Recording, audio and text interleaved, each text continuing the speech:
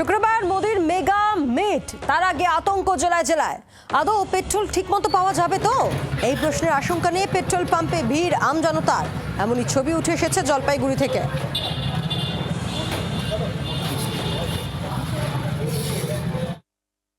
গ্যাসের যে অবস্থা, তার থেকে তো এখন যদি তেলের বেশি অবস্থা খারাপ। কেন? রাস্তাঘাটে চলতে পারবো না তো ঠিকঠাক। কেন? এইভাবে অবস্থা মানে প্রত্যেক কটা পেট্রোল পাম্পে।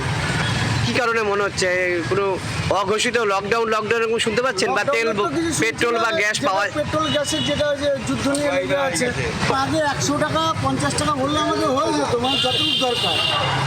এখন আমি 300 টাকার ভরতে হলো বাধ্য হয়ে। কেন?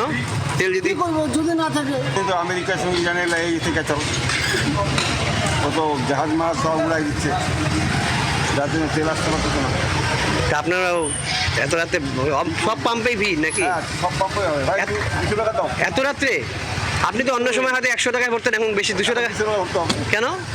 আবার কোন সময় তেল 100 টাকার জায়গায় 300 টাকা। জানি না, তেলের সংকট দেখা দিচ্ছে, কিন্তু আমাদের কাছে ওইরকম কিছু খবর নাই। আচ্ছা, তেল আমাদের আছে, এটা আমরা জানি। আর তেল মনে হয় সোমবারে আমাদের আসবে, লোড আসবে।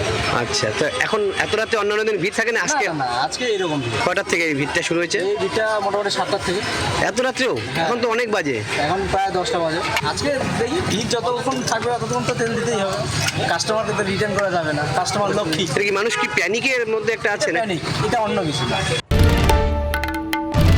বাংলার আওয়াজ, বাঙালির আবেগ, জি 24 ঘন্টা।